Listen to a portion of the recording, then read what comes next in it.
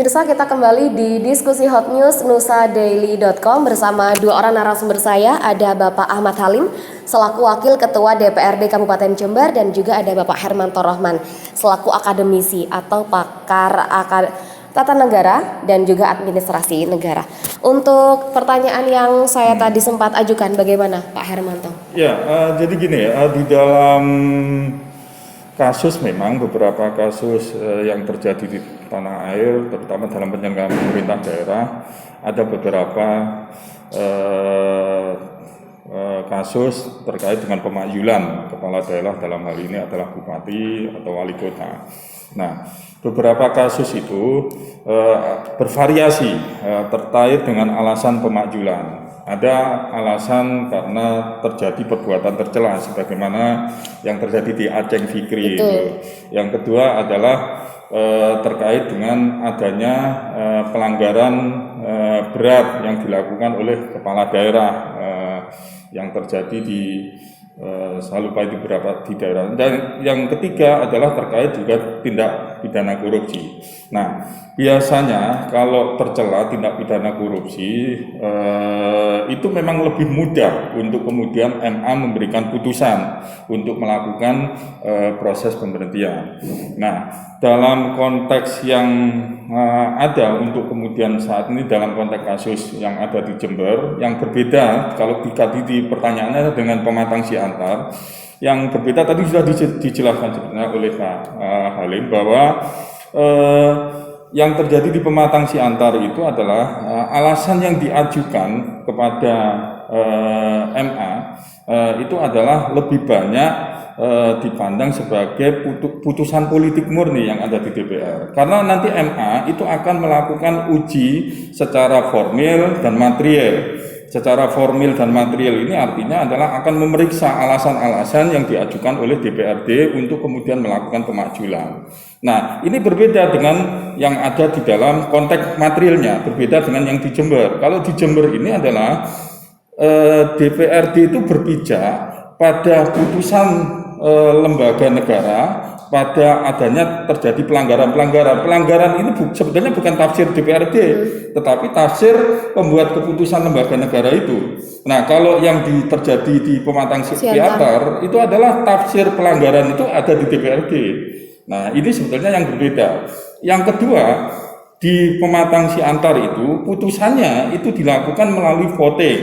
Kalau di DPRD ini putusannya melalui bulat, melalui 7 fraksi dan lain-lain. Mungkin nanti MA bisa memberikan pertimbangan berbeda antara kasus di Pematang Siantar dengan kasus yang ada di Jember. Nah, itu. Dan itu tentunya akan diuji secara formil maupun material. Kalau formil, di mana prosedurnya dipenuhi atau tidak. Materinya itu sudah memenuhi alasan-alasan untuk mengajukan pemberhentian sebagaimana yang dijamin di Undang-Undang Nomor 23 tentang Pemerintahan Daerah. Menurut saya itu. Ya. Dan ketika putusan ini atau dikabulkan oleh MA, apa kewajiban dari Mendagri sendiri, Pak Hermanto? Ya, jadi otomatis nanti MA, jadi setelah ini nanti DPR harus mengajukan ini melalui pimpinan terkait dengan putusan mengajukan permohonan kepada MA. Nah, MA nanti akan melakukan pemeriksaan dan juga akan melakukan pemeriksaan terhadap saksi, terhadap materi, baru kemudian memutuskan. Dan ini MA punya waktu 30 hari sejak surat permohonan dari DPRD diterima oleh MA. Nah, setelah 30 hari nanti MA membuat keputusan, maka dasar keputusan MA ini bisa dipakai oleh DPRD untuk mengajukan permohonan pemberhentian jika keputusannya MA tadi itu adalah menguatkan tentang DPRD pemakzulan itu, dan itu nanti akan digunakan oleh DPRD, pimpinan DPRD untuk mengajukan permohonan kepada Mendagri. Nah, permohonan ini sebenarnya maksimal Mendagri itu harusnya membuat putusan 30 hari. Tetapi kalau mengikuti logika itu harusnya tidak sampai 30 hari. Karena sudah jelas fatwa prosedurnya melalui MA. Jadi mestinya nggak harus menunggu 30 hari untuk melakukan proses administrasi untuk menerbitkan surat keputusan. Seandainya MA nanti menerima keputusan itu. Tapi kalau seandainya MA itu tidak menerima keputusan, ya sudah putusan MA bersifat final dan nanti Mendagri DPRD tidak bisa kemudian mempermasalahkan itu lagi Baik. sebagai bagian dari itu. Itu ketika MA mengabulkan. Ya. Dan saya bertanya kepada Pak Halim, ketika nanti MA menolak, bagaimana langkah DPRD? Ya, karena sifat dari putusan MA itu sudah final, akhir, tentu kami DPRD akan taat dan patuh kepada peraturan perundangan. Artinya bahwa harus kita hormati bersama seandainya keputusan itu tidak diterima oleh MA. Artinya memang seperti yang disampaikan tadi oleh Pak Hermanto sudah final. Kemudian mungkin teknis hanya DPRD nanti akan mencabut SK pengusulan hak angket itu atau SK tentang keputusan HMP itu. Terus menurut Bapak, bagaimana rakyat Jember harus bersikap ketika nanti MA menolak? Jadi ini proses pembelajaran menurut kami, proses pembelajaran terhadap tata kelola pemerintahan. Karena hukum itu kan selalu update, selalu memperbaharui sesuai dengan keadaan. Artinya bahwa kejadian yang ada di Jember ini menjadi tolak ukur bagaimana implementasi pelaksanaan peraturan perundang-undangan. Juga kita katakanlah memberikan pelajaran kepada setiap penyelenggara negara agar taat pada peraturan yang ada. Artinya bahwa tidak bisa seorang bupati bisa melakukan kebijakan seenaknya sendiri tanpa melihat aturan peraturan perundang-undangan Yang ada. Iya, betul. Baik, itu terima kasih Pak Halim, Pak Hermanto. Memang proses pemakzulan ini masih panjang pemirsa ya. Jadi bola juga ada di tangan Mahkamah Agung. Ini yang memang harus dipahami dan juga dikawal oleh rakyat Jember. Terakhir Pak Halim dan Pak Hermanto, closing statement singkat tentang diskusi kita kali ini tentang nasib pasca Bupati Faidah dimakzulkan. Ya, jadi pertama kami sampaikan terima kasih kepada semua pihak yang sudah ikut membantu proses terlaksananya fungsi pengawasan dari DPRD. Kemudian yang kedua seperti yang kita sampaikan tadi, ini adalah proses pembelajaran terhadap kita semua bagaimana kita mengelola sebuah negara ataupun daerah. Kemudian yang ketiga tentu ini akan menjadi sebuah wawasan baru apabila nanti keputusan-keputusan yang dihasilkan oleh MA sudah final. Tentu rakyat Jember pasti, saya yakin rakyat Jember sudah dewasa dan pasti bisa memahami dalam konteks perjalanan politik di Kabupaten Jember ini. Baik, terima kasih Pak Halim.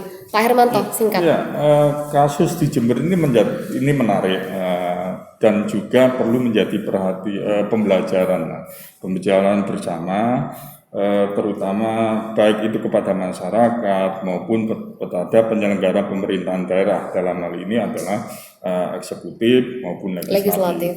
Nah, salah satu bentuk pembelajarannya adalah bahwa dalam penyelenggaraan pemerintahan daerah maka tidak bisa kemudian itu berjalan sendiri-sendiri, legislatif jalan sendiri, eksekutif jalan sendiri, nggak bisa.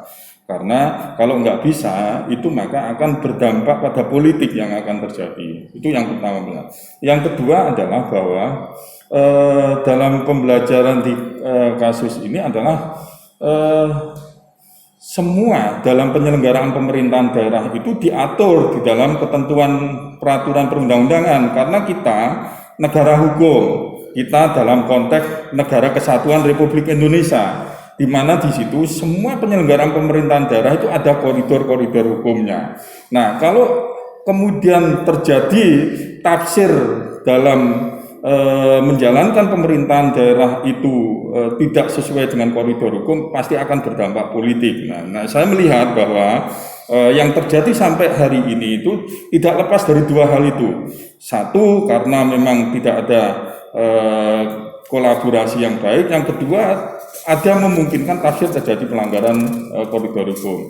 Dan yang ketiga, bahwa yang terjadi sampai hari ini, yang terjadi di Jember sampai hari ini itu adalah sudah ada ketentuan peraturan undang-undang yang melandasi. Jadi yang dilakukan DPRD itu sudah ada koridornya, sudah ada dasarnya, dan posisi bupati itu juga sudah ada beberapa yang mungkin tafsir koridornya. Nah, tentunya kita semua harus menghargai itu, tidak menyalahkan pihak-pihak tertentu. Dan sekarang bolanya adalah bahwa semua boleh bertafsir, termasuk DPRD, termasuk bupati. Tetapi putusan kembali adalah pada lembaga yang diberikan kewenangan untuk memberikan tafsir final secara hukum, dalam hal ini adalah MA. Kita menunggu proses itu, dan tentunya ini semuanya akan menjadi modal pembelajaran kita untuk membangun pemerintahan ke depan, mudah-mudahan lebih baik lagi. Baik pemirsa, itu tadi diskusi kita kali ini bersama pimpinan sidang ketika pemakzulan Bapak Ahmad Halim selaku Wakil Ketua DPRD Kabupaten Jember, dan juga akademisi dalam hal ini pakar administrasi negara dan pemerintahan daerah Bapak Hermanto Rohman. Diskusi di nusadaily.com masih akan hadir dengan tema-tema menarik lain. Terima kasih, saya Aprilia Nur Laili Utami. Wassalamualaikum warahmatullahi wabarakatuh.